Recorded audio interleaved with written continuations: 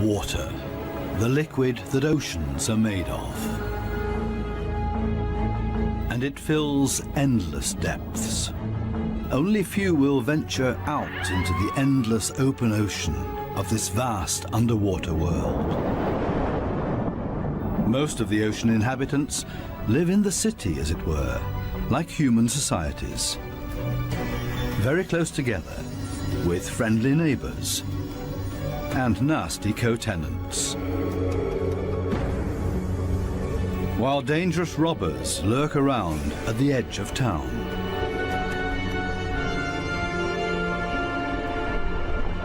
To assert yourself here, you have to be equipped with all kinds of tricks and clever strategies, or lie and cheat.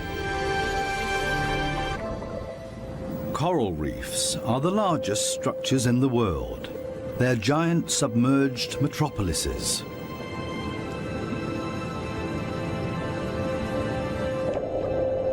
Millions of different inhabitants live in these cities.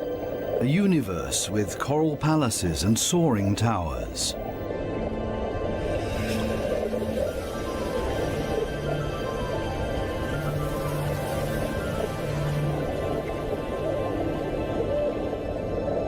Every neighborhood has a chief. The entire street belongs to this guy. No trespassing, okay?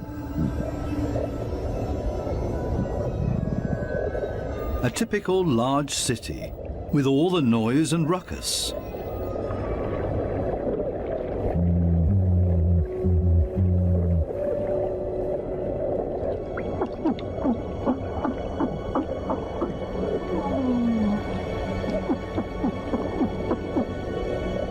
Even this little porcupine fish bleats around. It creates this sound with its swim bladder. Two small harlequin shrimps are nibbling on this blue sea star.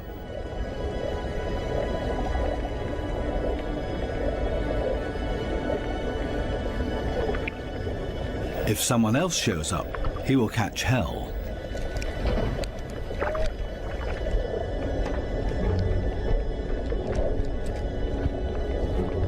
Another harlequin shrimp busy pulling a bite out of a sea star.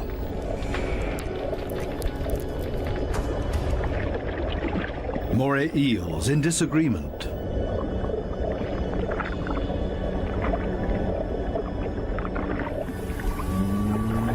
A scorpion fish shuffles across the ocean floor.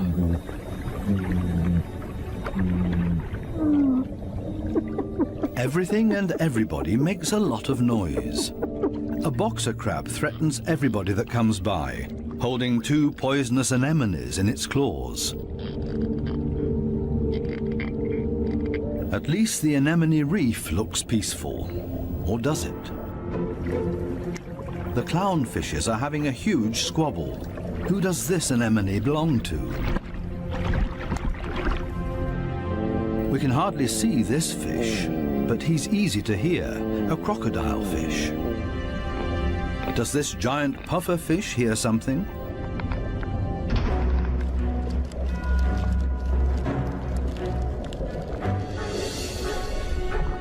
It's a ray that's getting away.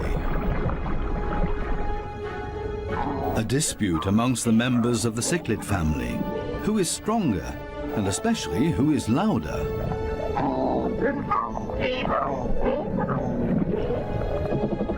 Two Walkman fish are noisily trying to woo a female.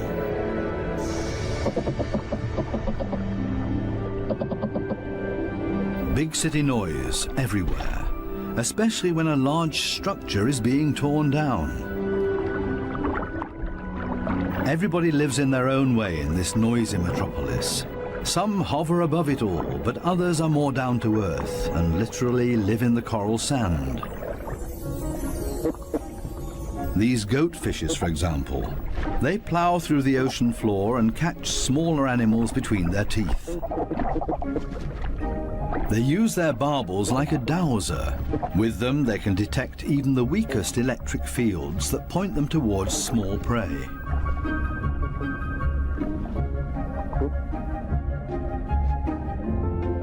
These gobies also dredge through the sand and feed on what they find in there.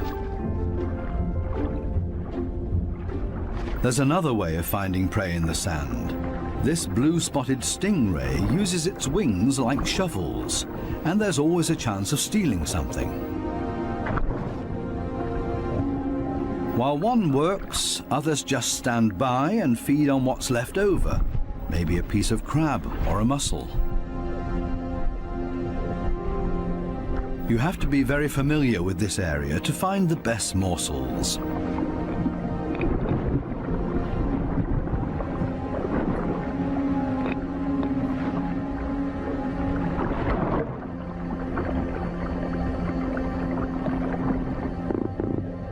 This triggerfish uses a strong stream of water. The fish blows away the sand to unearth whatever is hidden inside it. Others are quick to steal whatever they can.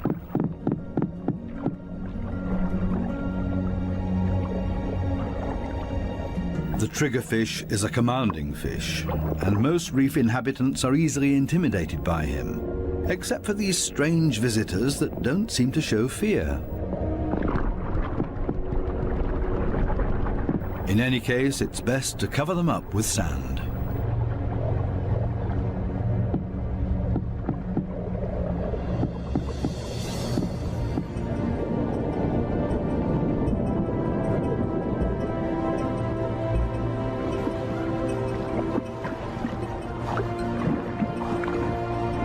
It's not easy for a small fish in a big city. There's always somebody with bad intentions, and you have to be extra careful not to get swallowed, like these moon wrasses, for example. So it's always safer for the smallest among the reef inhabitants to show up in schools. It's difficult to keep an eye out for only one little fish, and as a result the predator often grabs blindly at nothing and comes up empty. To show up in a big mob is always safest. Others are easily distracted at the sight of so much prey all at once. This easygoing giant pufferfish would never have a chance here anyway. Being part of a school of fish is always the best protection from predators. The slow ones are being ignored. No danger here.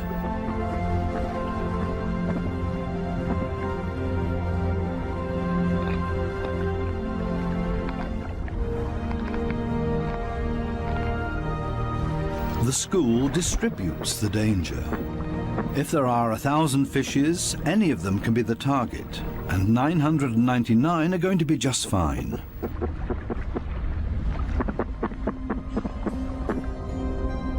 But what about loners, or those that live as a couple?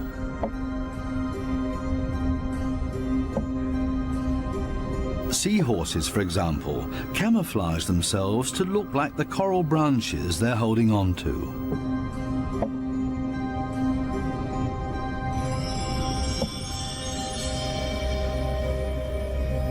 Even more difficult to see. Where is the animal here?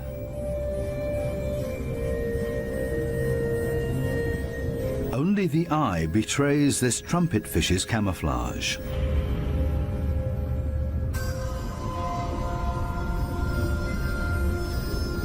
They do everything to not look like themselves. Ornate ghost pipefishes. They're inseparable, a couple.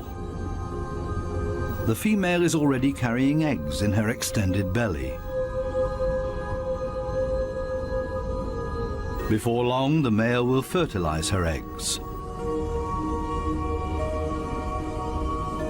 They are still regular fishes, despite their unique costume. This one looks like torn-off seagrass. The spiny waspfish rocks back and forth in the current.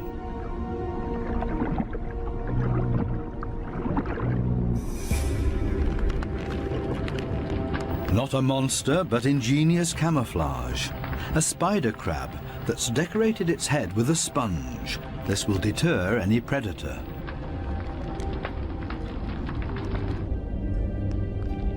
Another great camouflage, a barrel decorated with rocks. Only the movement of the gills betrays this stonefish.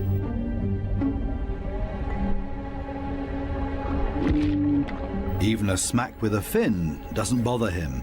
The fish knows it will not hurt him. It only shoves him a little further to the side.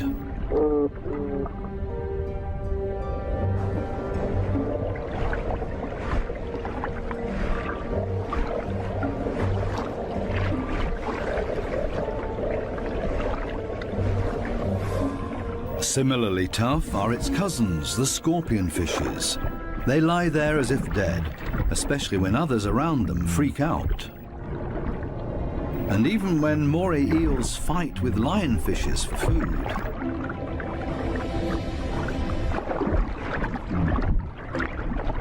The scorpionfish lies in wait for its chance, and then immediately becomes completely motionless again.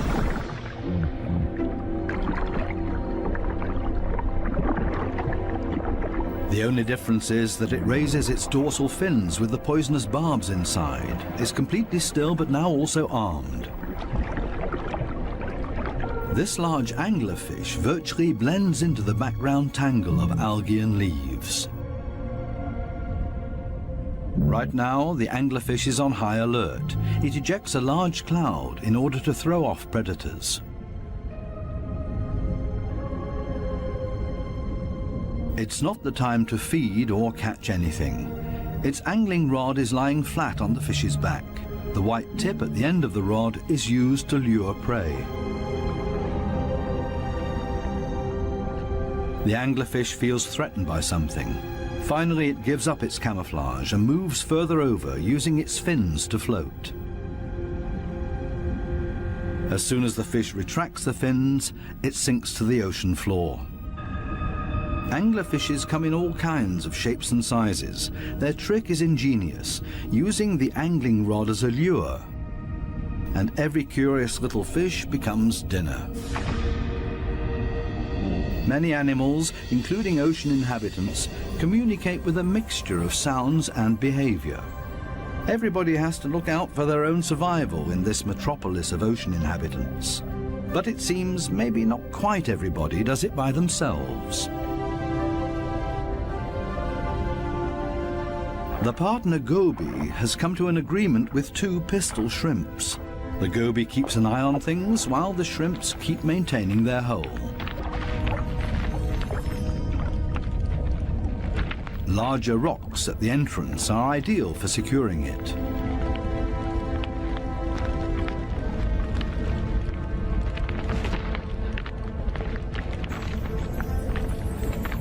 They're an experienced team. The shrimps keep in constant contact with the goby and even massage the fish's belly. The goby will get nervous without these gestures from the shrimps. The pistol shrimps need a cool and collected bouncer at their entrance.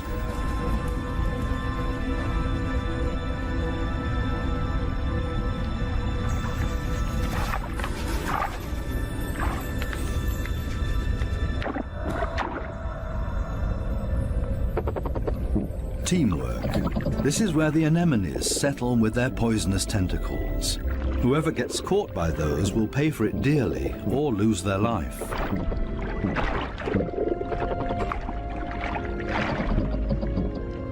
No wonder that there is virtually no one who likes to settle here. The little clownfishes are the only ones that know how to deal with these tentacles.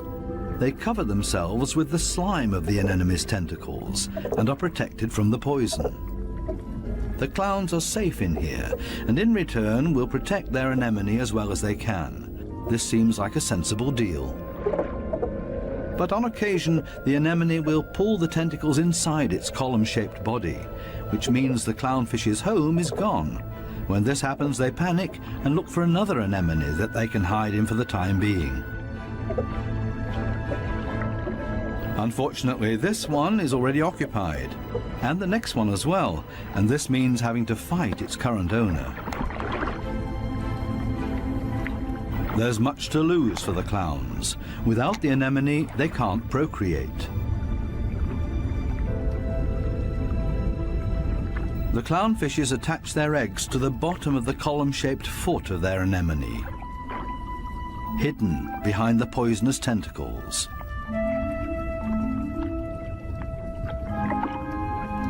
Both male and female tend to the eggs. They fan fresh water on them. The eyes of the babies are already clearly visible. The clowns are very protective of their eggs.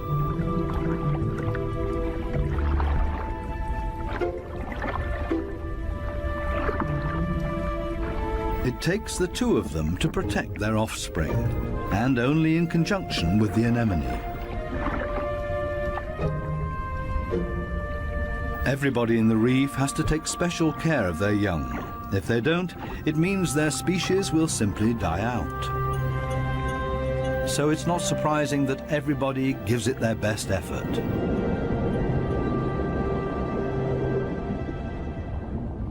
This triggerfish has hidden its offspring in a small hollow in the sandy ocean floor. And this means having to constantly protect this open egg site. On occasion, they blow and fan the eggs, but mostly they keep an eye out for predators. This means grave danger. One of the sea urchins is wandering straight towards the nest. The eggs have to be protected at all cost, but how? The triggerfish seems to consider the alternatives.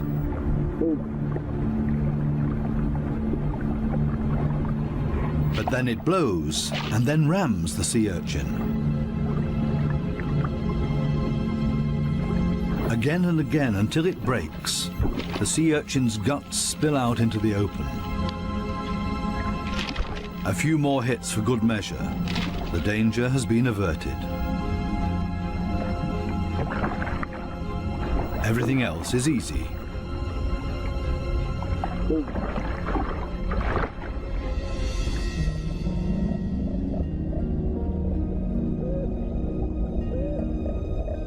Two little damselfishes cling to a coral branch, a pretty and obviously inseparable pair.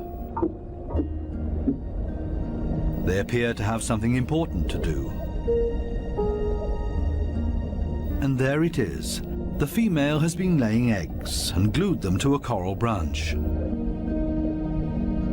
Over and over again, both of them sweep past the eggs to keep them clean. Two very busy parents in the middle of town. Not far from them, the same kind of damselfish, but this one is feeding on the eggs, not tending to them. This damselfish's priorities have changed. Its partner is gone, and it's impossible to bring the eggs through by itself. So it feeds on its own eggs to at least recycle the nutrients.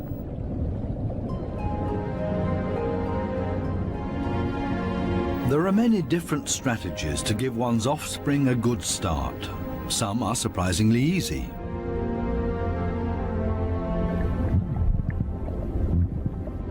The mass mating of the black sea breams. The males are so generous with their sperm that often a cloud of it will engulf the entire wedding party.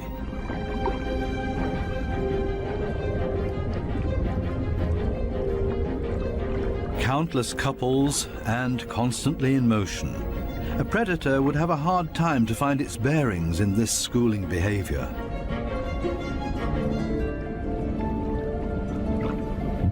The fish's instincts cause them to mass mate in order to ensure the survival of their species.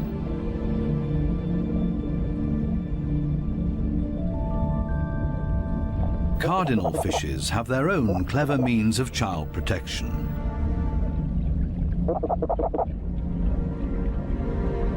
It's not time yet.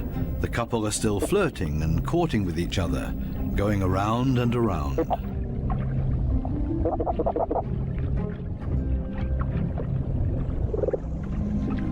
We'll leave them to it and take a detour to a couple not quite as gentle with each other.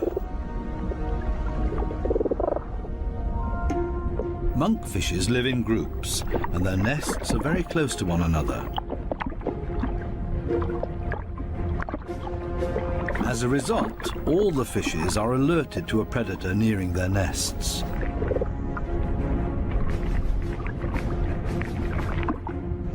Hermit crabs love to feast on the eggs of the monkfishes, so the protective parents are all getting nervous.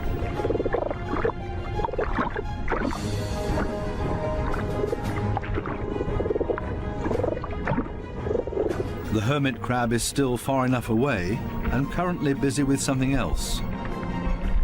The hermit crab's best defense is its house that it carries around for protection.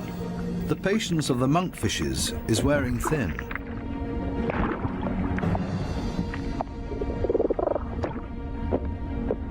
Now everyone attacks in order to bowl the crab away from their nests.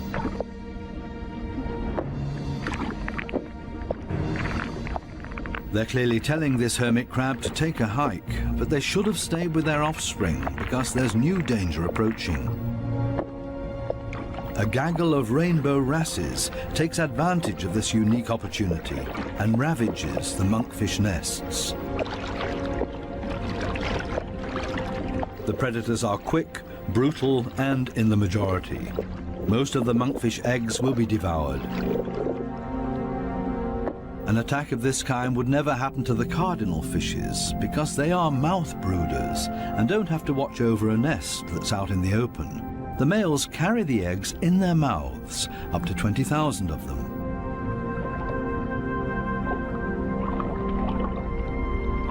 A mobile nursery. They're safe here in their father's mouth, unless, of course, he gets eaten.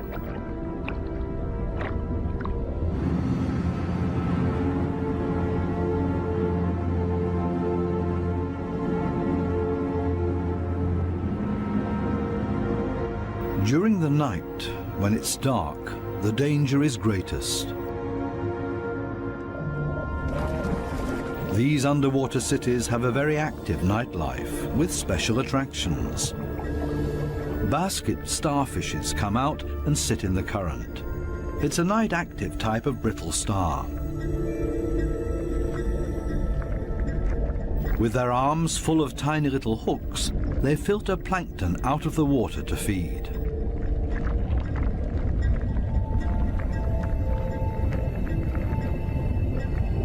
A very elegant feather star. It's on the move to find a better spot to filter plankton.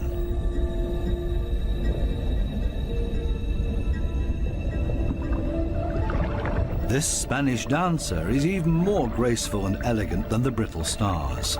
It's a type of nudibranch.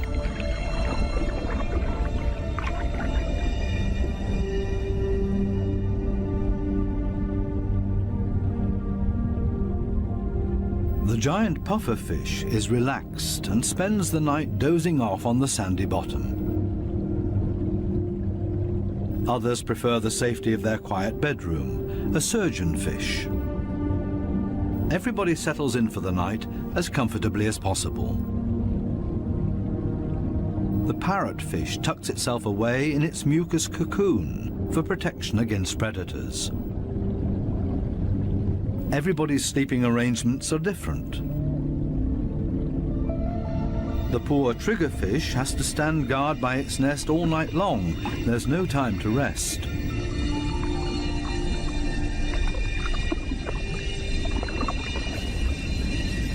Some of the predators are quite soft-footed. A cone snail has spotted a small fish.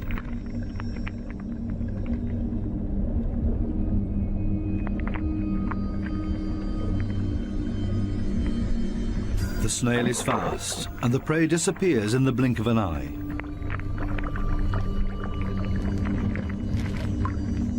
The night is still young, and still full of danger and terror. These lionfishes pose danger to the cardinal fishes.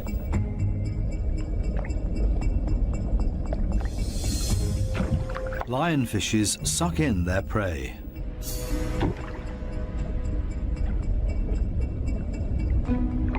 Even if they choke on it.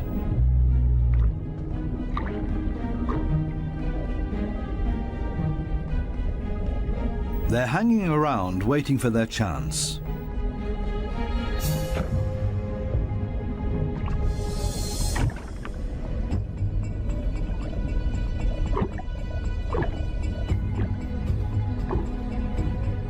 This poor cardinal is sideways in the lionfish's mouth, eggs and all.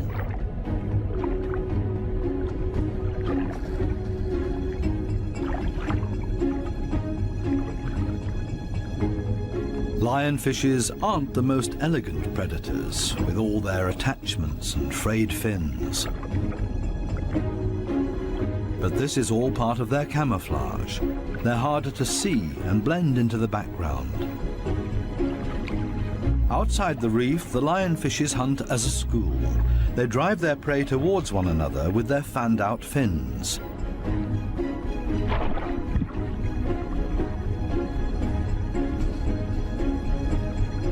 They prefer to attack from above, cornering their prey.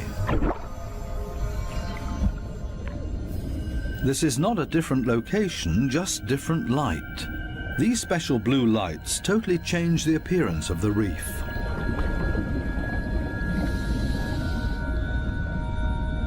Now we can see that the coral polyps are bright red, and they clearly stand out from their environment.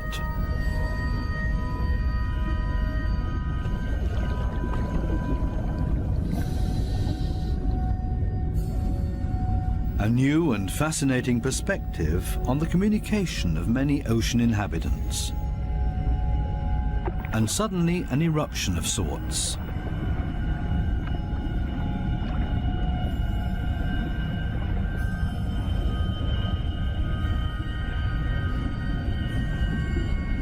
It looks like smoke, but in reality it's a type of reproduction. A carpet anemone is ejecting its sperm.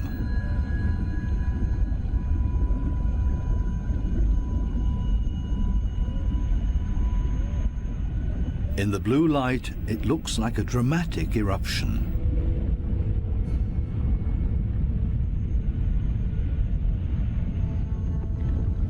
A hermit crab as a magic lantern.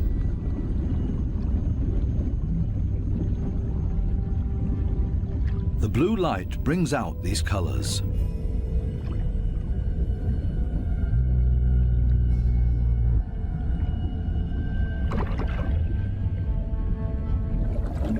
An entire group of lionfishes on a food foray.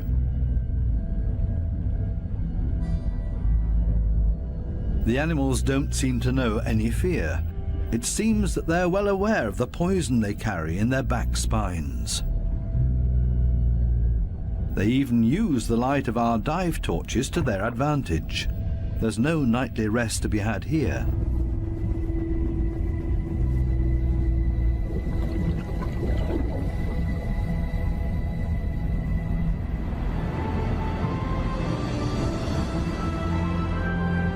With the first daylight, new life comes into the reef city.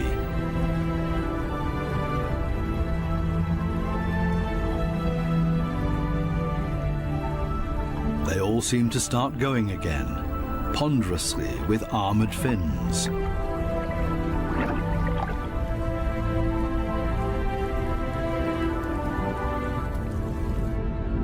As pedestrians, and as light and quiet as possible.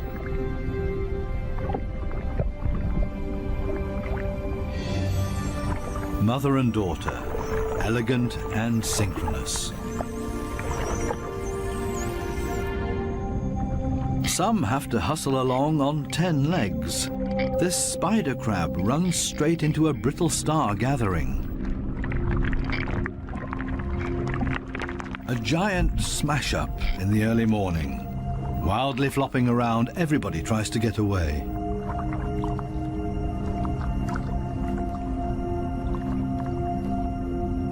As in every city, there are also shopping opportunities here.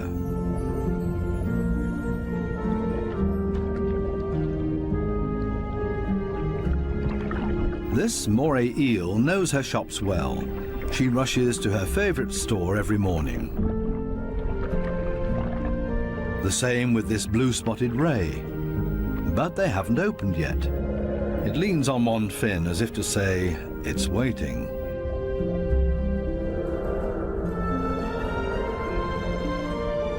Similar problems in a branch further up.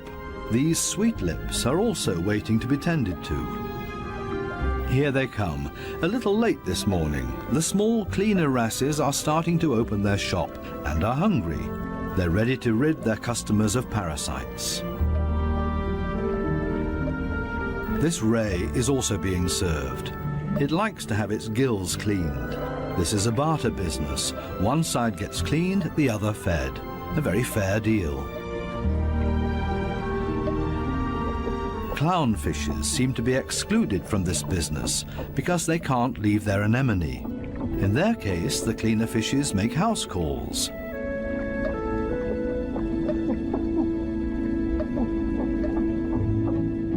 This snake eel is also otherwise engaged, and the cleaner shrimps are also making house calls for him. Finally, it's the moray's turn. It has a lot of nutritious freeloaders on its skin and in its gills.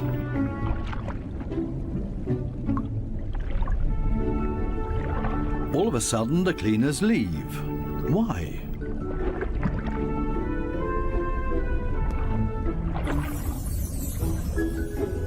This Titan triggerfish is no better off. The treatment has stopped before he was finished. The cleaner fishes have new customers, clients that have never come to see them before, and they're now being preferred over old customers. The point is that these new clients will like the service here so much that they will come back again. The regular customers have to be patient and wait until the new clients are finished. Cleaner fishes operate solely according to economic rules. This guy has also come for the first time and quite enjoys their service.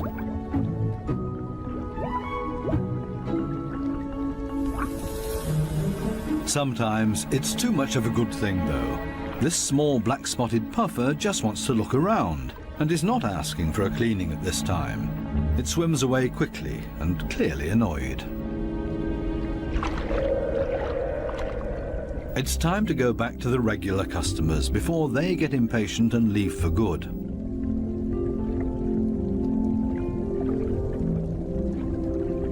Digging deep where the gills are dirtiest.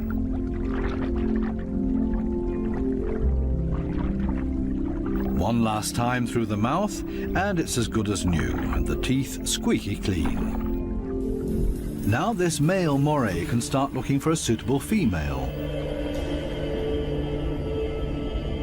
She is clearly not interested in male visitors. This next dugout also does not look encouraging.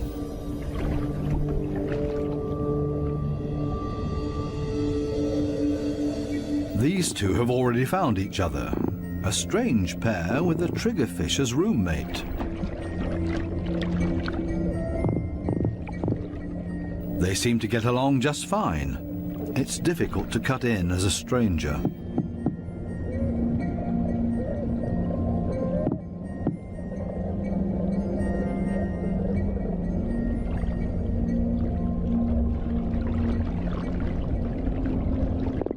It would also be well advised to stay away from this giant triggerfish.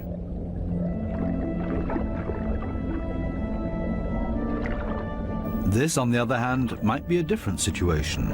It's important to be patient.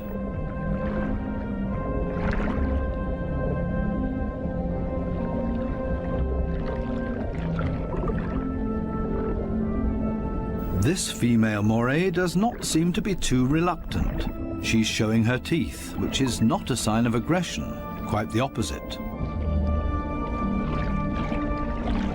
She finally agrees to a date.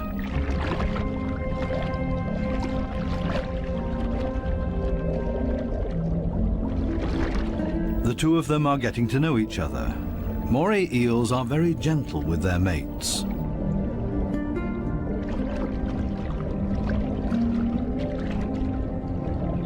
And they're good for another surprise, as partners of a phenomenal hunting party.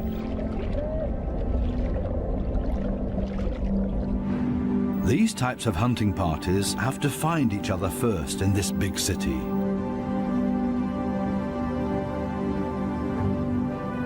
The right place for the moray and her partner. The morays cooperate with the groupers. It's not so far-fetched. The grouper hunts in the open and the moray inside the reef. The moray is able to get in between cracks and crevices that the grouper can't get to. Together, they're a strong team. A grouper that's trying to convince this moray to hunt with him. The grouper signals this to the moray by rocking back and forth and shaking for all it's worth. All for nothing. This moray doesn't understand and stays in its cave.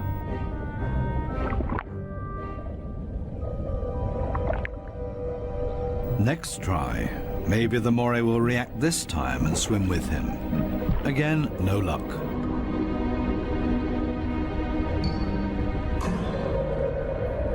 Finally, this moray seems to understand the grouper and is hungry. The grouper tilts its head and the moray accepts his invitation. Together they swim through the reef. The moray prefers to swim between the dark alleyways, and the grouper decides it's safer to stay on the main streets around the reef. This is not the right place. The grouper expected to find scared prey here. The moray takes a break and waits. It's not going to happen this way. Again, another invitation to go.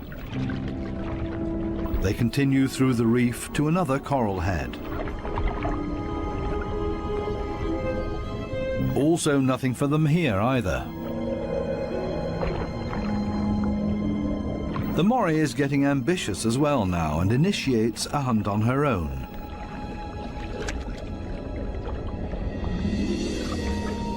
She might be better at finding hunting spots. They're successful in this next coral head, and then everything happens very quickly. The fishes are panicked, and both hunters are able to profit from that.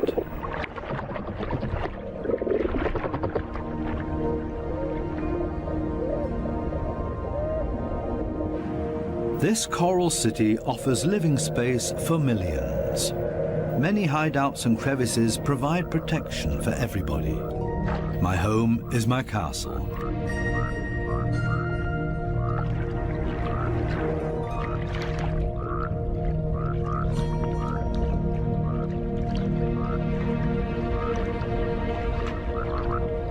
While some escape between sharp corals, others curl up in a ball.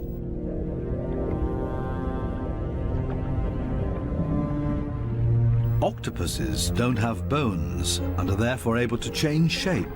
Their homes are usually very tight and space-saving.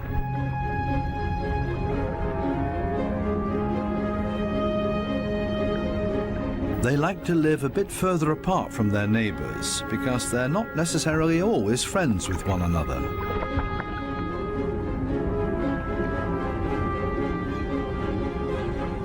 It might be best to put up a wall of stones between them. The ocean offers many hideouts, which is synonymous with survival for many ocean inhabitants.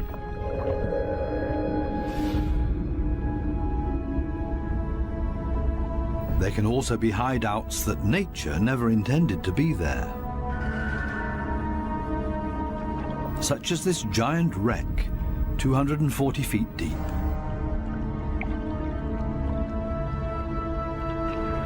A research submarine on its way into the deep comes across a sunken freighter. It's an artificial world with countless nooks and crevices to offer protection and a home for many ocean inhabitants.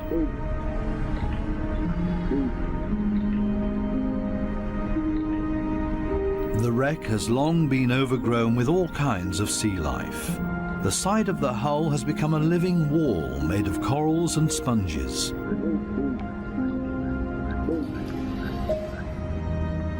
Sunfishes, with their odd form of movement, patrol this area. They're looking for jellyfish.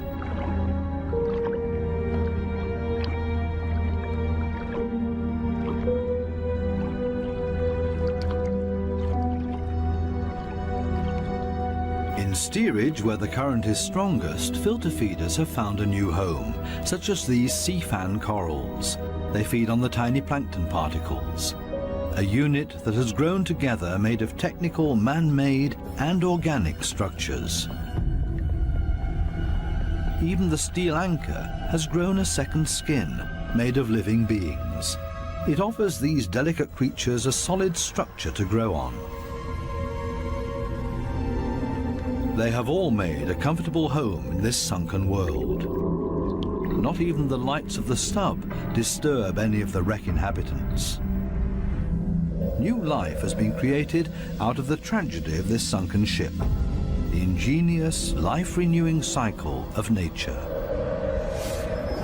The Morays are sharing a home. They seem to be exceptionally friendly towards one another, even with this conger eel as their neighbour.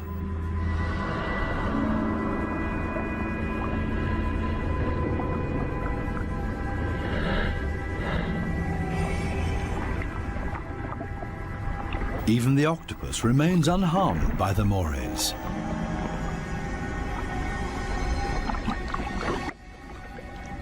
A unique environment made of steel that offers many different opportunities for ocean inhabitants to use it.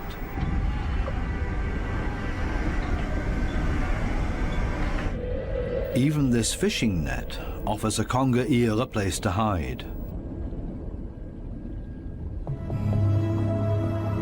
The original destination of the sub is located a bit deeper, a picturesque underwater city full of ancient amphora architecture.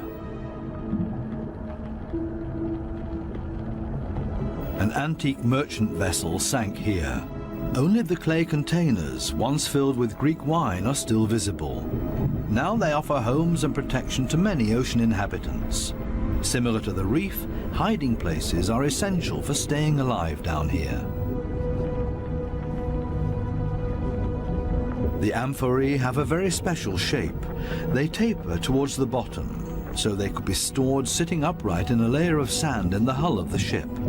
The amphorae and their precious contents were safe during transport. Spiny lobsters welcome these types of caves. Conger eels also feel safe in this mess of amphorae and shards of clay, as if it was made for them and their slender, long bodies.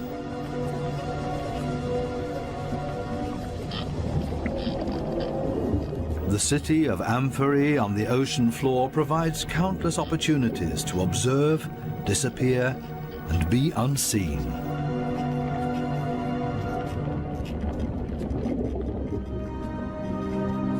Maybe that's why this city seems to be very calm and orderly, even when the conger eel swims above everybody's abode. Nobody panics because they only have to withdraw slowly into their homes and are safe. The same goes for this forkbeard.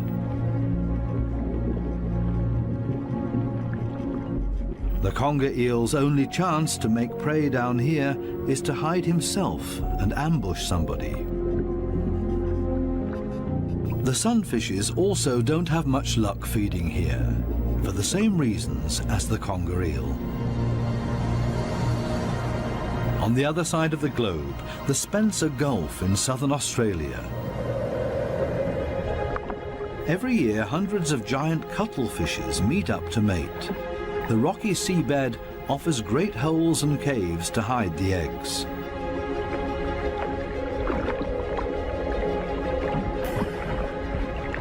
The females are smaller than the males and seem to be a bit shy, keeping their arms tucked tightly together.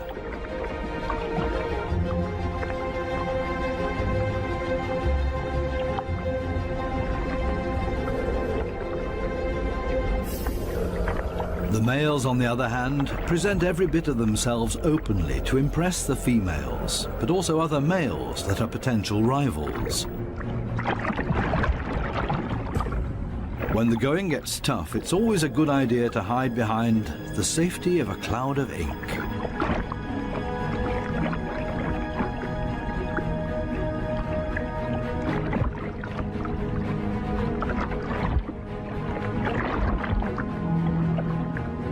Without much success. Escape in reverse.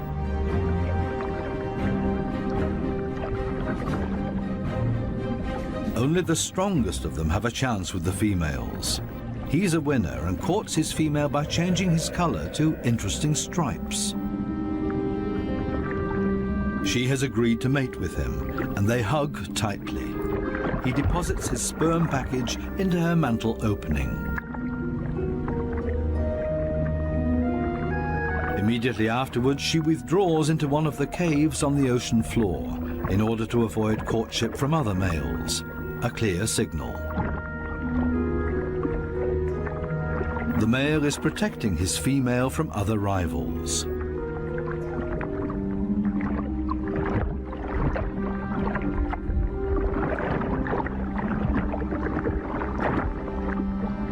But there's always the unexpected.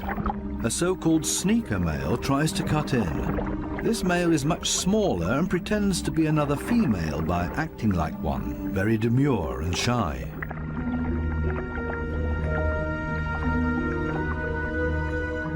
All seems to be fine in the den. He's busy chasing away other rivals from this new supposed female.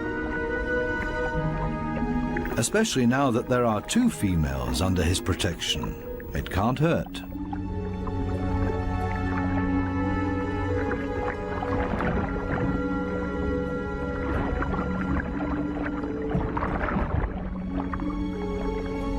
The two supposed females on the bottom below him are getting closer to each other, the sneaker male and the female.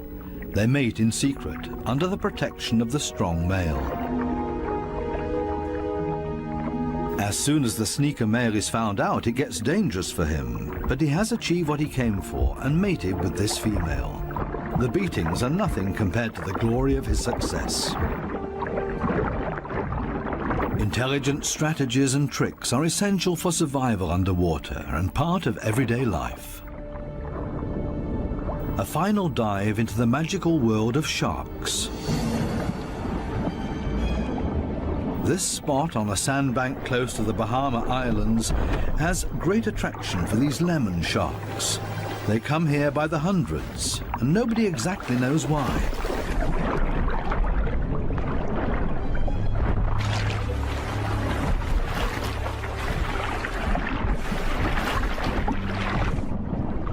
This sandy plateau in the middle of the open ocean is easy for scientists to get to.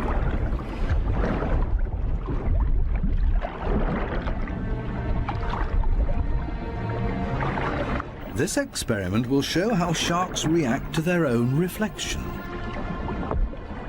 The metal mirror stands upright on the seabed. The animals that swim towards it will see their own reflection coming closer. How will these lemon sharks react? Now the researchers have to have strong nerves. Things stay surprisingly calm. The foreign object is almost ignored, as if it had been there forever. The sharks either swim past it or underneath it.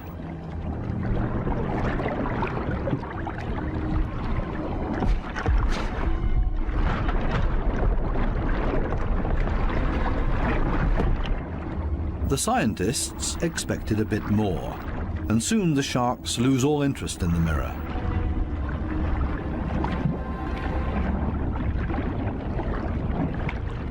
Some sharks even calmly drop to the seabed to rest.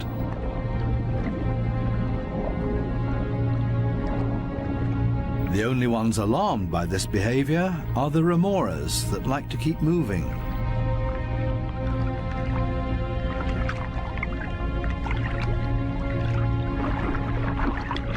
They let go of their shark and see if they can't hitch a ride with a more active individual. Shark hopping. This one isn't a good choice either, so they continue to yet another one.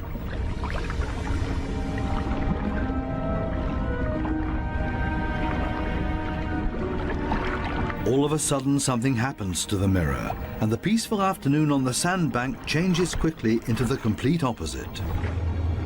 The rope that the mirror is attached to loosens and the mirror falls over.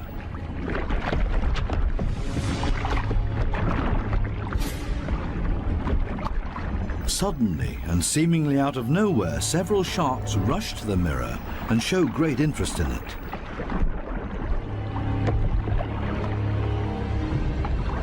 They smell and touch it, and they get more and more excited.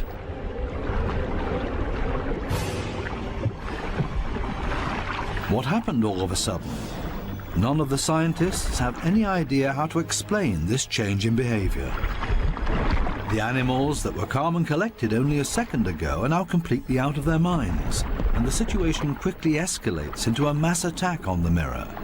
Do they mistake their own reflection for an opponent? It's time for the divers to leave because it's not safe anymore. The communication of the ocean inhabitants continues to offer new and exciting insights, though we will probably never fully understand them.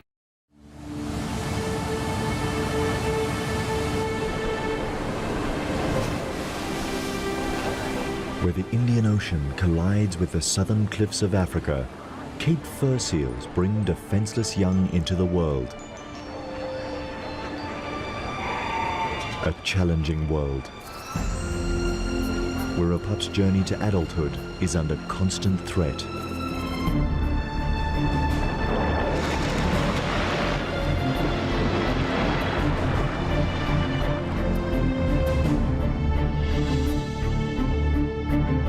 A dangerous voyage of a seal led astray by one of nature's most mysterious migrations, followed by hundreds of hunters, hungry for one of the ocean's most awesome events.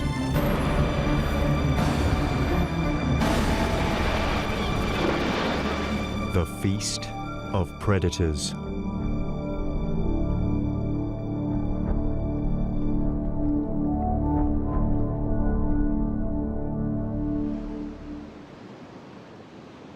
Winter on the untamed shores of the wild coast.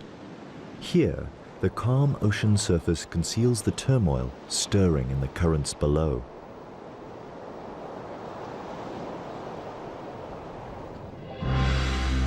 Millions upon millions of tiny fish swimming for their lives. A formidable migration called the Sardine Run. A 10-year-old bull seal plunders the shoals. But he's not alone. He is a rogue in the midst of an army of predators. This is their annual feast.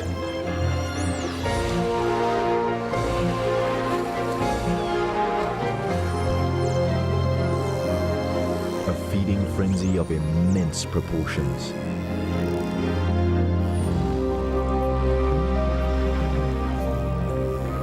The attack is relentless, and now the sharks join in.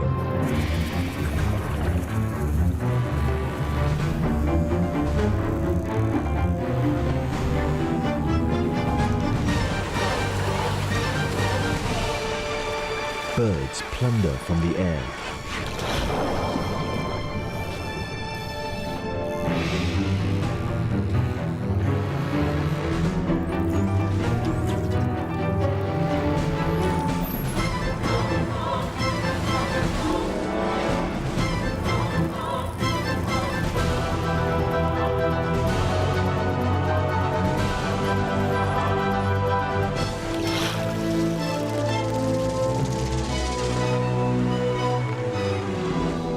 Eventually, the feast comes to an end. For the bull seal, this was a royal banquet.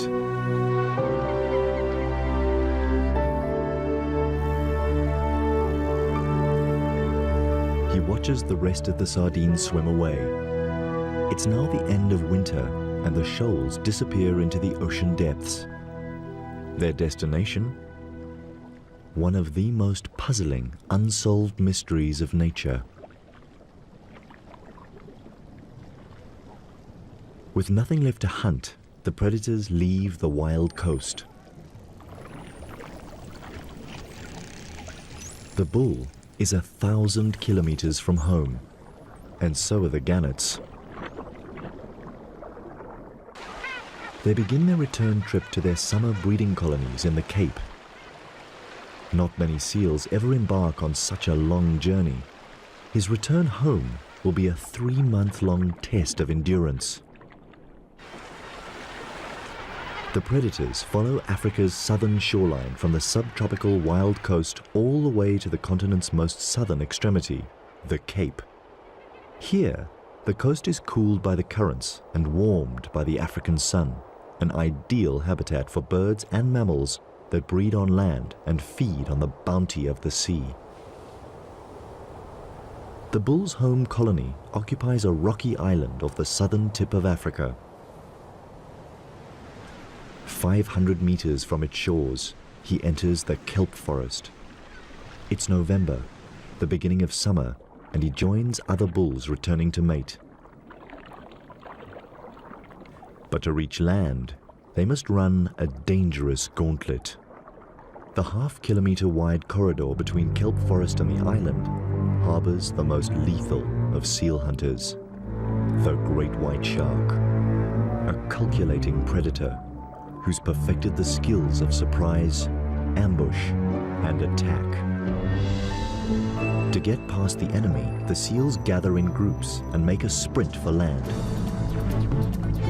The combination of speed and porpoising maneuvers should confuse the attacker.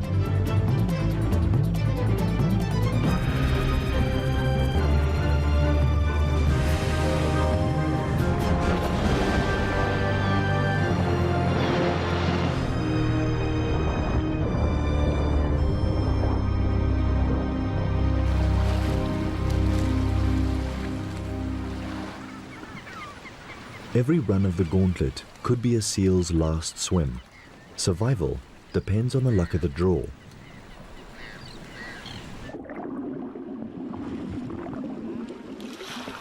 This time, the big bull escapes the jaws of death and reaches the shallows. He's safely home. Now, he needs to stake out a territory.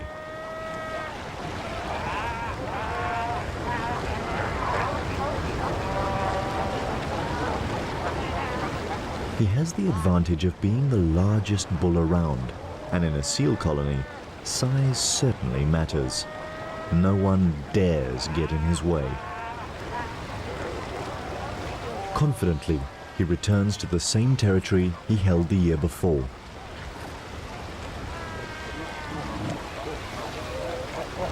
"25 square meters occupied by 15 consorts. It's a tight and uncomfortable squeeze, and the bull needs to enforce the peace.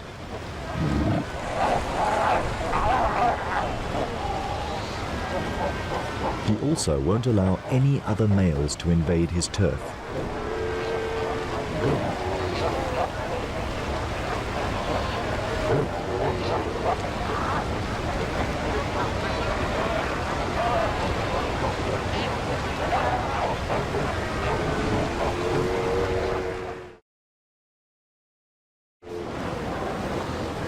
Within a week, territories are defined and the pregnant females prepare to give birth.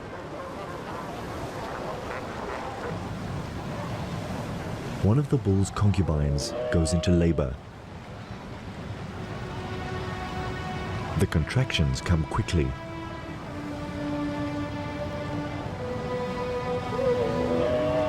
She's in pain, and the father of her pup takes no notice.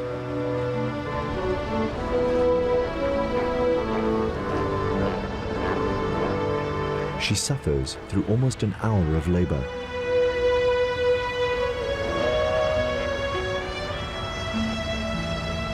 The bull has no interest in her yet. His only concerns are the females in estrus.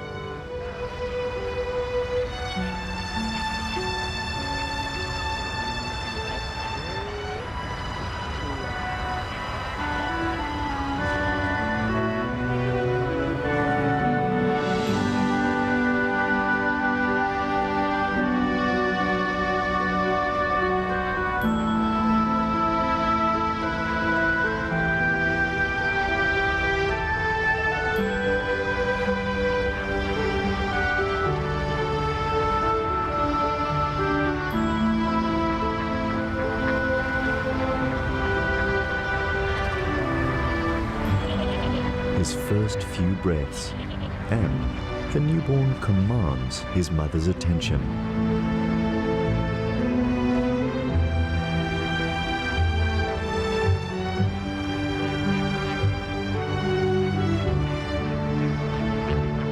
7 kilograms and larger than most newborns. The perfect recipe for a seal that might attempt a journey such as the sardine run. But for the moment, his world centers on his mother. Their individual call, smell and touch develop the imprinting that will bond them for the next 9 months. While Mom rests, he finds his source of milk and figures out how it all works.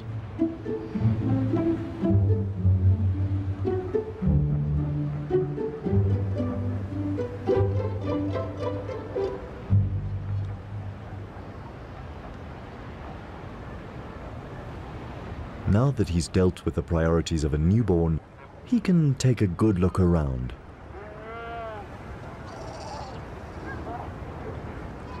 He's not the only newborn on the island. Within a month, all the pregnant females of the colony give birth to ensure that they will all mate again before the bulls leave. The scavengers keep the island clean.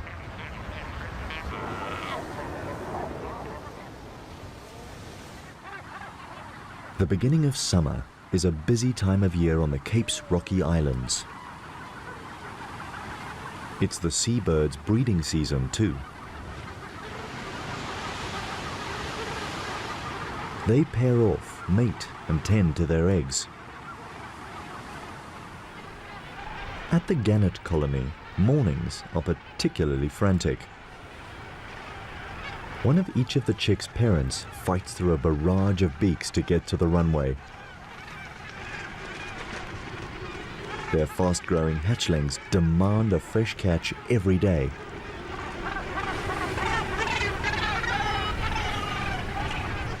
Gull parents have it easier.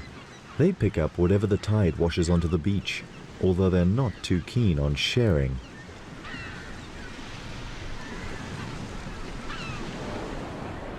Cormorants prefer to nest higher up on the rocks.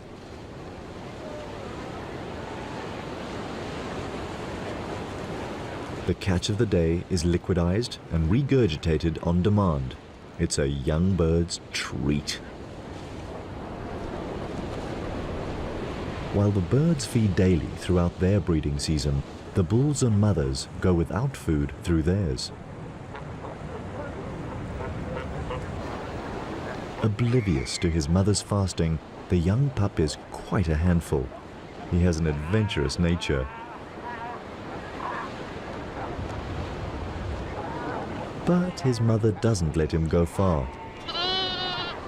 He protests.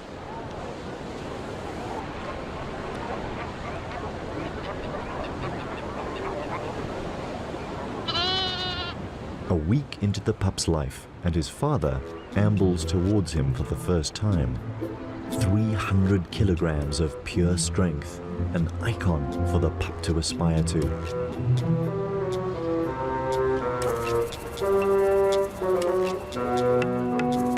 But the bull doesn't even cast the pup a glance. His attention is focused on the pup's mother, now ripe for mating. Driven by instinct, she follows the bull and leaves her pup on his own.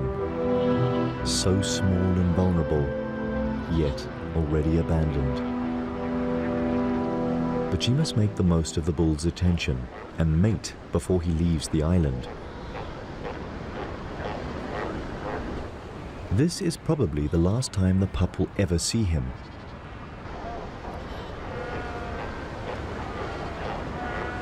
The life of a newborn seal is no easy ride.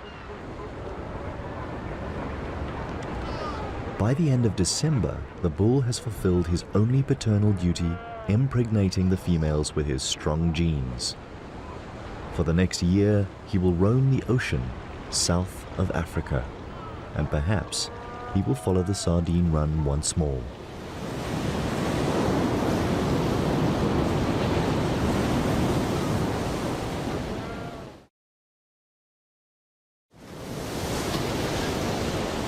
Most of the adult females of the colony are now pregnant and need to feed. After 2 weeks of fasting, their fat reserves are depleted. and the pup's only source of nourishment, his mother's milk, is running low. Following her is not an option.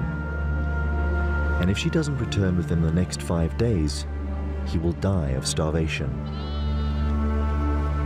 Abandoned first by his father and now by his mother, life is not looking good for the pup.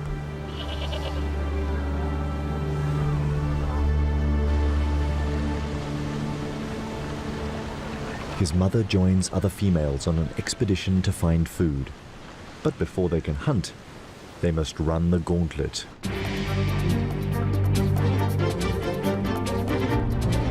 Once again, the cunning stealth of the great white shark is measured against the lightning reflexes of the seals.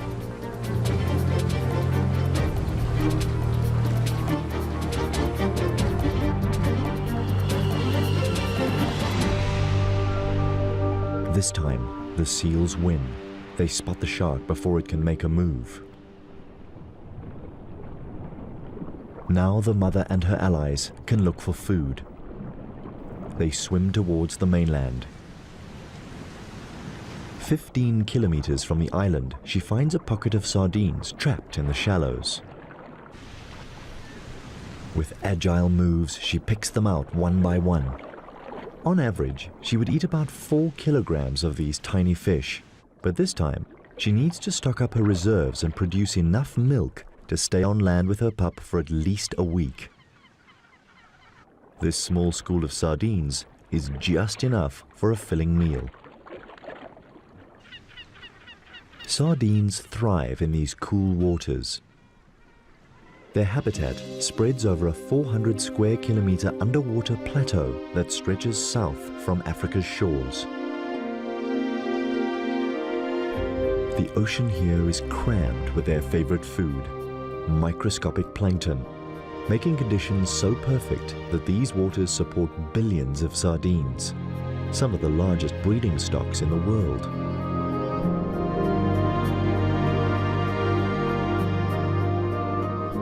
And the secret to their success? Flood the waters with an oversupply of eggs, a vast majority of which do not hatch. But those that do develop quickly, and within 4 days they hatch into larvae. They're plankton size now, bottom of the food chain, and even eaten by their own kind. Over 4 months, they transform into fish-shaped juveniles that can swim and shoal. 4 centimeter long fingerlings, no better off in the food chain than when they hatched. And even when they reach adult size, they'll still be pursued by larger predators. But to catch a sardine, the predator has to be as agile as the fish. Mammals that hunt in water require custom-built features to capture their prey.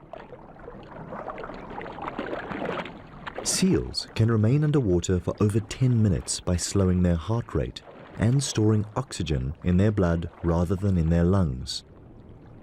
Their nostrils are naturally closed when relaxed and compressed even tighter by the water pressure.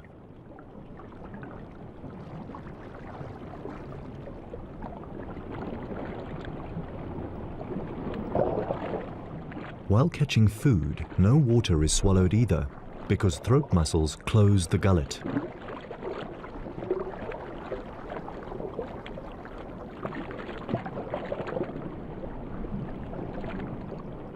While the seal mother gorges on the sardines and rebuilds her fat reserves, back at the colony on Seal Island, her adventurous young pup has found a playmate.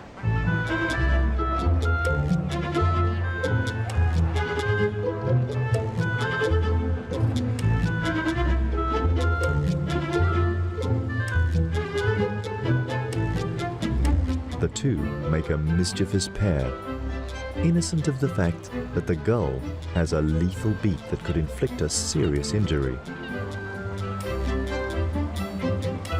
The bird is quickly forgotten and the two playmates romp and fight, already training for adulthood. By midday, most adults laze in the sun, or sky point, a comfortable pose for a seal. And if adults do it,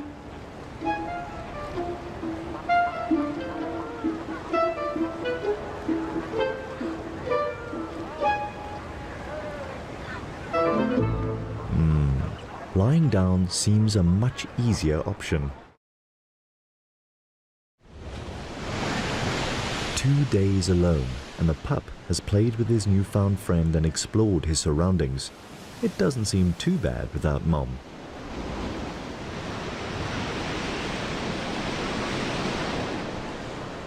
By the 3rd day, he starts to get hungry and explores the shore in search of something to eat.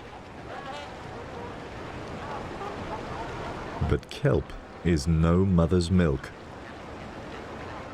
Maybe being home alone is actually not that much fun. So many females. Surely one of them could be Mom? But not one of them smells right. And now he's desperately hungry. His calls for Mom go unheard.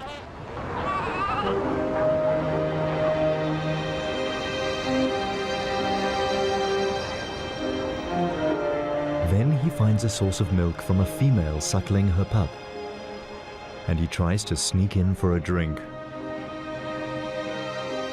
But he's caught out.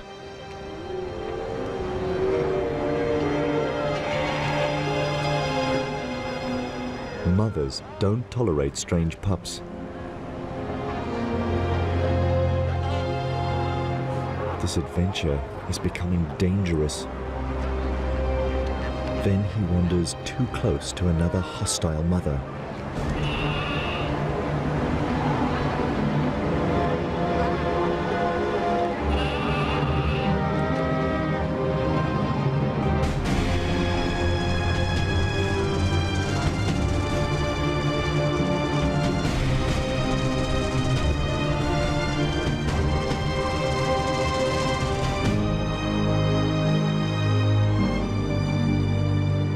Could have been killed.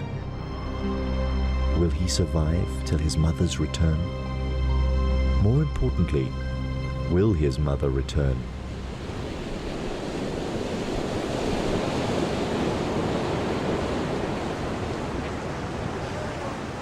The 5th day starts with all the promises of summer and the safe return of the mother to Seal Island. But she has no way of knowing if her pup has survived. The shore looks like a killing field.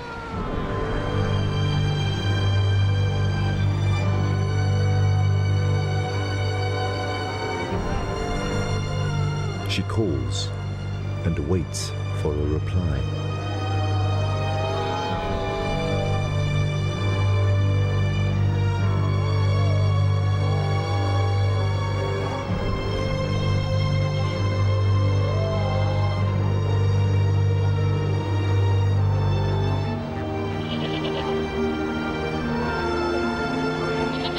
And then, a familiar cry.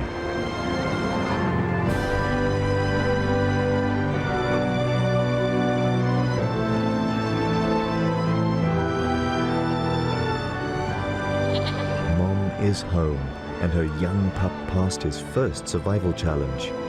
Now, he doesn't let her out of his sight.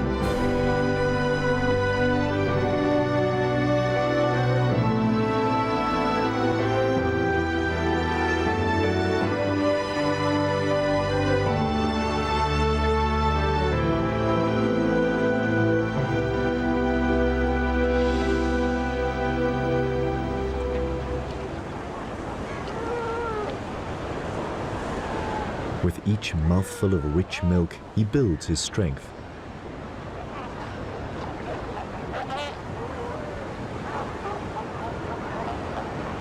But a healthy body is not enough to survive to adulthood.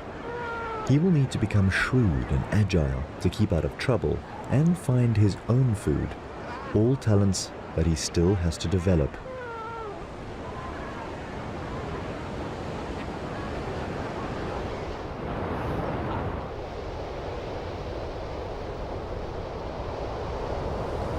Then, 6 weeks into his existence, one of these life skills is put to the test. For his first swimming lesson, his mother chooses a particularly rough surf day. He can barely keep his head above water, but Mom helps keep him afloat.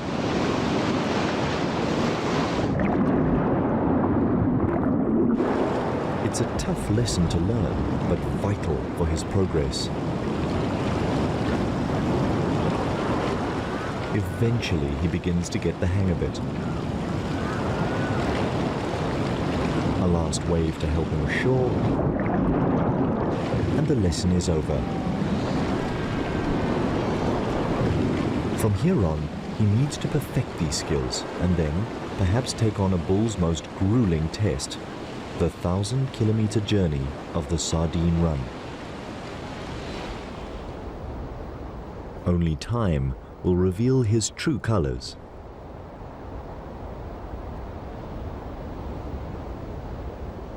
Seasons pass over the islands. Birds migrate for the winters and return here to roost in the summers. Each year the bulls return to the colony to mate, and the mothers break their bonds with old pups and develop new ones with their newborns. 3 years of changing Cape weather and dangerous seas have challenged the inhabitants of Seal Island. But through it all, the pup has grown into a strong and confident young seal. He dominates over his peers, showing all the signs of having inherited his father's supreme genes.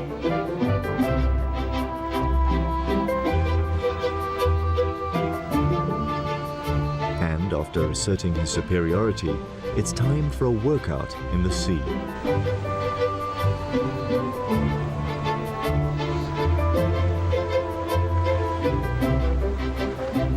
These games quicken his reflexes and improve his speed and agility. Moves that will prove vital in avoiding the jaws of a great white.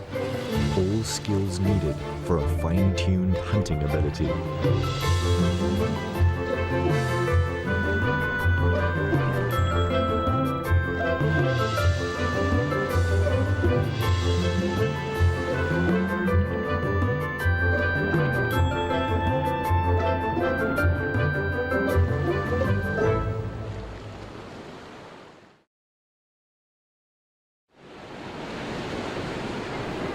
Today's exercises take him past the gannet colony. It's February and the fledglings are learning to fly. But perfecting the laws of aviation is no easy feat. The floundering gannets attract the young seal's attention.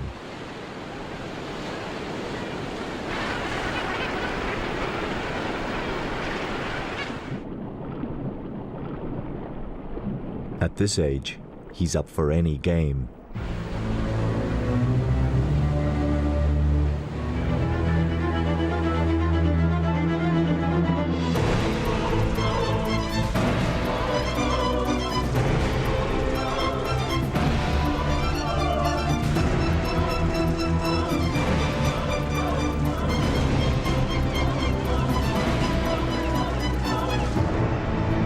A harmless game turns into a calculated killing.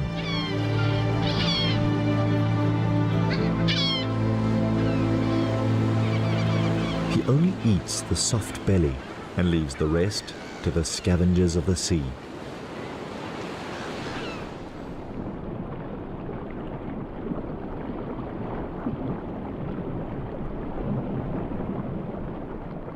Such a cruel act, and the young seal proves to be a serious contender in the passage to adulthood. Now he is ready to leave the colony for his life's adventures. But first, he must pass one more test, probably the most dangerous yet. Sneak past the great white sharks, the ever-present menaces that patrol the channel next to the island. Patient, vigilant, and always hungry.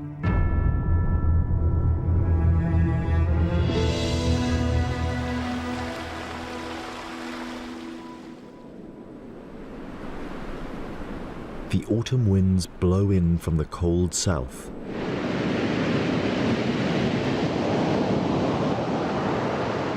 They alter the flow of the surface currents. And suddenly, the sharks turn their attention away from the seal colony.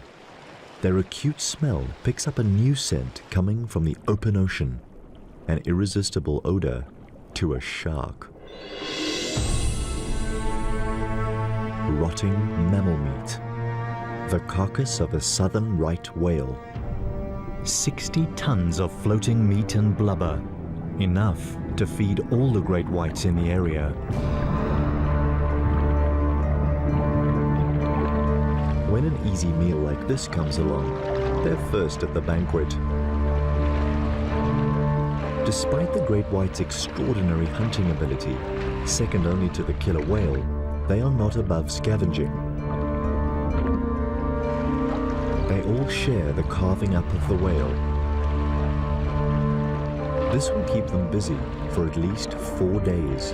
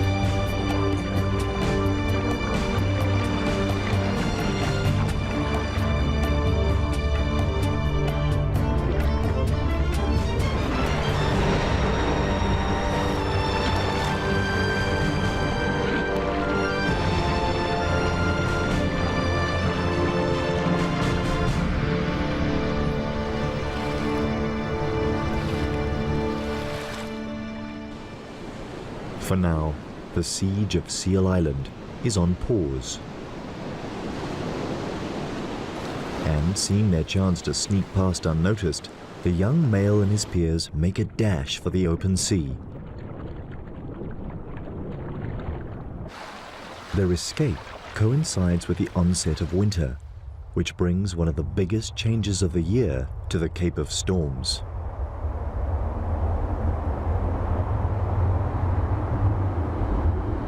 From the south, powerful weather fronts pound the land and rearrange the currents.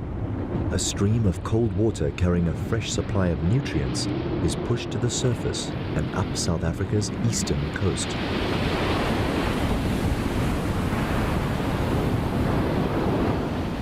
Now the sardine's ideal habitat expands from Africa's southern tip, 1,000 kilometers northeast, past the cliffs of the wild coast and all the way to Durban's subtropical shores.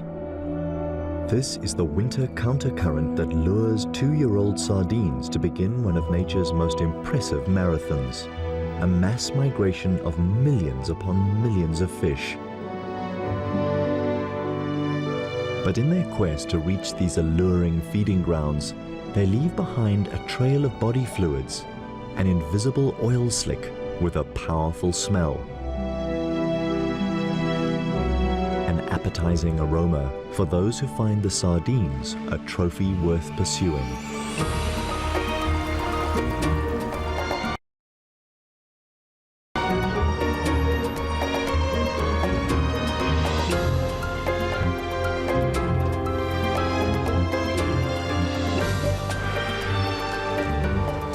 Common dolphins, and copper sharks pick up the slimy trail and leave the Cape waters to chase the sardines on their epic journey. The 3-year-old seal smells this promise of a feast. But this journey into unknown waters might be beyond his means. And 500 kilometers from home, the seals attract the attention of a master killer, and it's not interested in the sardines.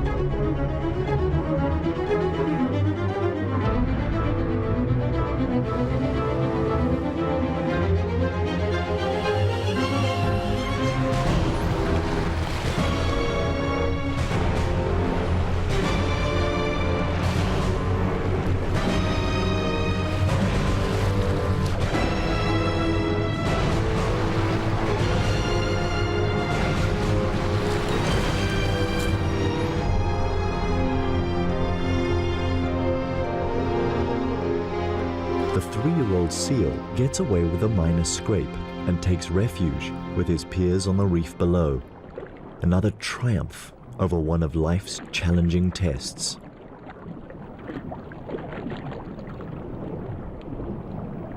Now he keeps a low profile, but the longer he waits here, the greater the distance between him and the traveling sardines. Even gannets that left the Cape to follow the same silver shoals now overtake the seal. The cold current from the south guides the sardines further up South Africa's east coast.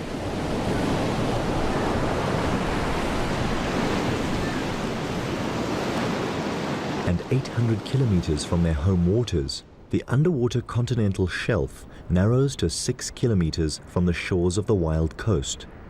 This forces the cold current from the south closer to land. The sardines have no choice but to squeeze tighter together. Now the million-strong schools form well-defined shoals and clear targets for the predators. This is where the sardines enter hostile territory. To keep alive, they must outrun their hunters.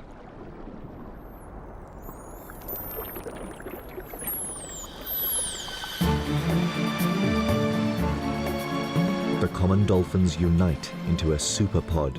Thousands of them now move in formation, swimming as fast as 37 kilometers per hour. They scan the ocean with their powerful sonar. It's only a matter of time before they locate the sardines.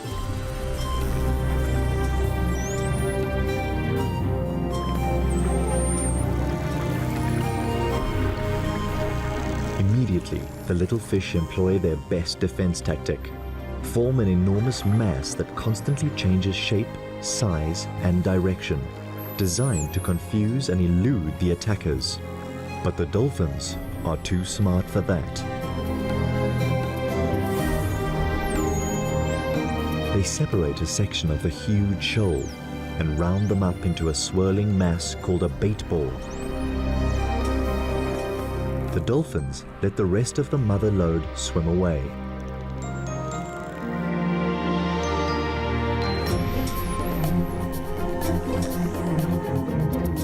The small bait ball is now of a manageable size and easy to attack.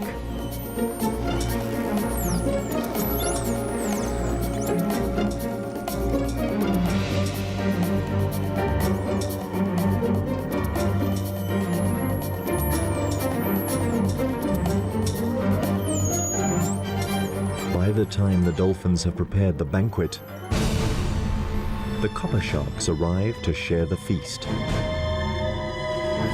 It is believed that the sharks find the bait ball by listening to the dolphins' clicks and whistles.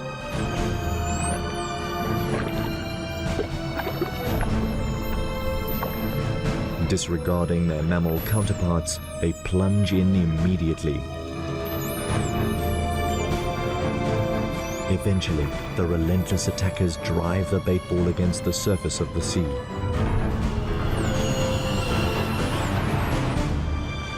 Dolphins and sharks trap the sardines from below.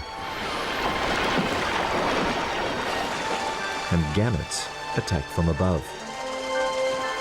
These birds can dive 5 meters deep, enough to make a calculated snatch of 1 sardine.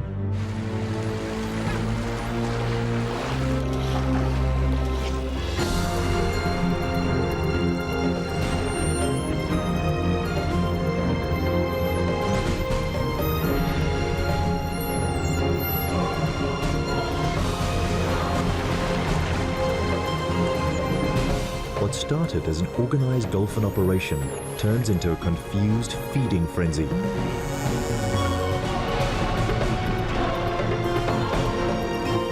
This bait ball is doomed to extinction.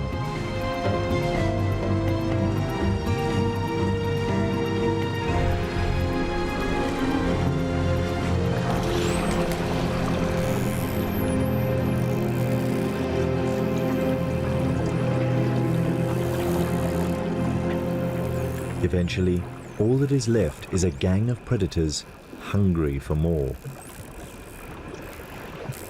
That was just enough to arouse their hunter lust. They resume their pursuit of the motherlode of sardines. The dolphins take the lead.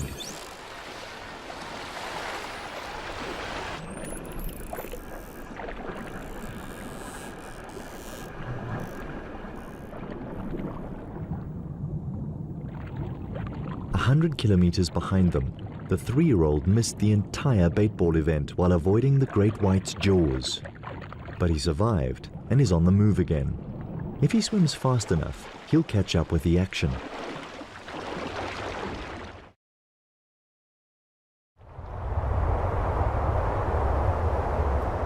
As winter intensifies, more storms blow in from the south.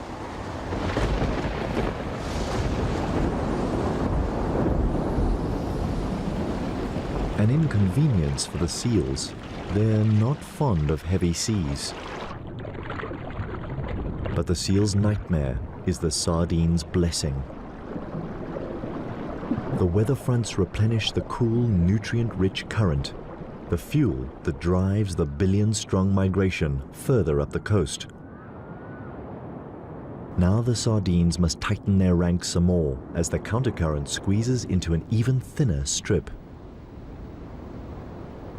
Here, the tiny fish are forced through a crush bordered on one side by the cliffs that mark the northern boundary of the wild coast, and on the other side by the warm south-flowing Agulhas current, too warm for the sardines to bear.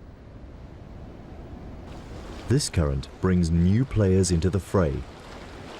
Bottlenose dolphins are larger and slower moving than their common cousins, but just as artful. Now the enormous schools of sardines are tracked down by 2 different sets of sonar.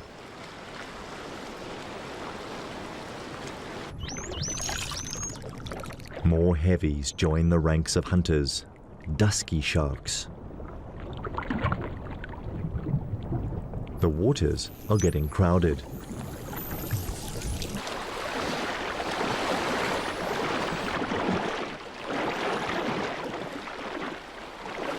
Ten kilometers behind the gathering predators, the young seal and his peers are back on the trail of the sardines. He's now almost 1,000 kilometers from home, but the excitement of the chase spurs him on. To pinpoint the action, he looks out for circling gannets. From the air, the bait ball organized by the dolphins is unmistakable.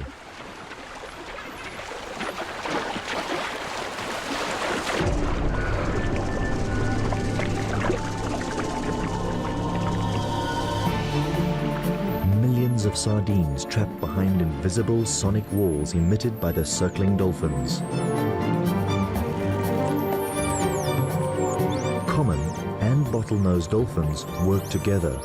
They alternate between patrolling the outer rim and plundering the loot.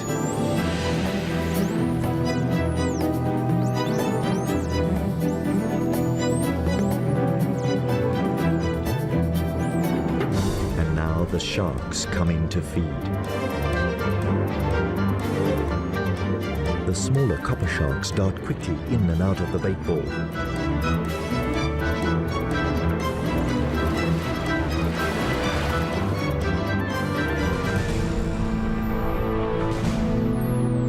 The larger and heavier dusky sharks make more calculated attacks and take larger mouthfuls.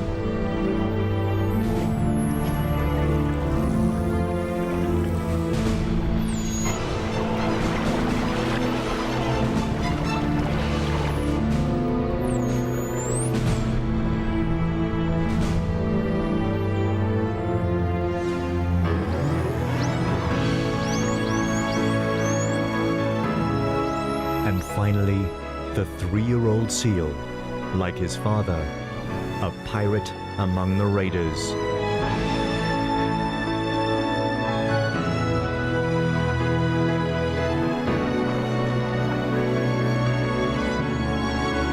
But while he's in the thick of it all, he cannot see the other predators approaching from the outside. And a 3-meter dusky shark could easily snap him up for food.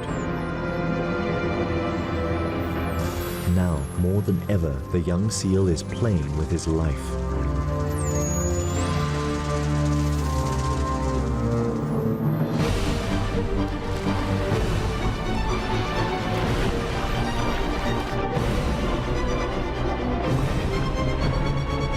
Inevitably, the manic feeding rage produces a casualty.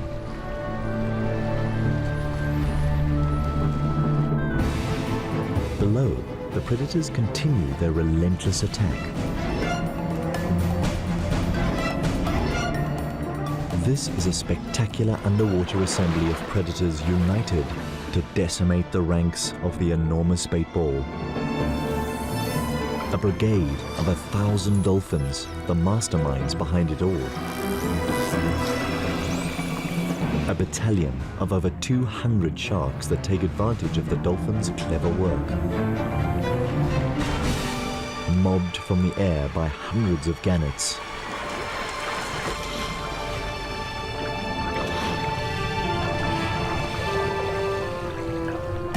In between, tunas enjoy the rich pickings. And among the throng, a few brave seals, richly rewarded for their tenacity.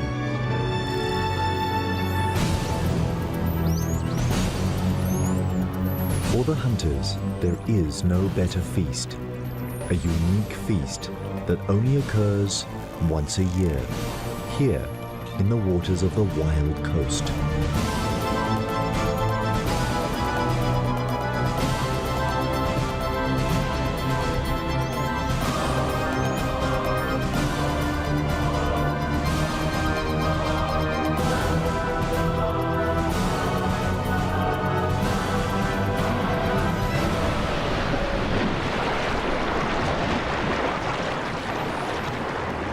Five hours later, and the huge bait ball is reduced to a fraction of its original size. The dolphins give up their sonic siege, allowing the surviving sardines to escape.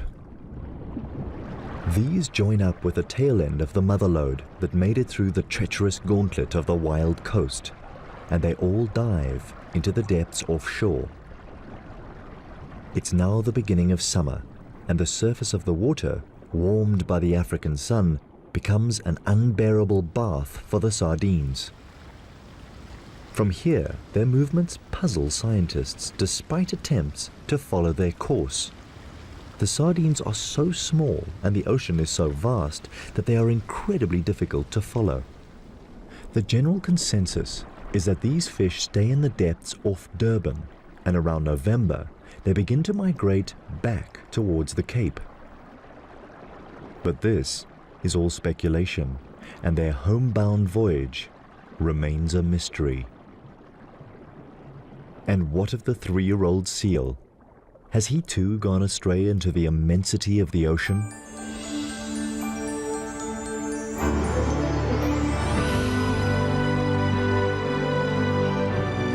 During his short life, he completed a dangerous mission, but now he needs to accomplish a more important voyage, the one to adulthood.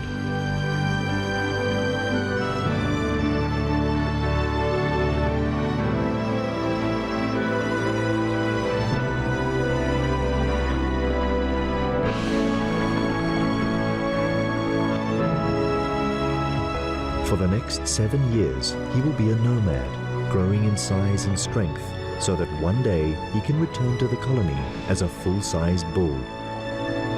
Only then will he be ready to start a lineage of his own.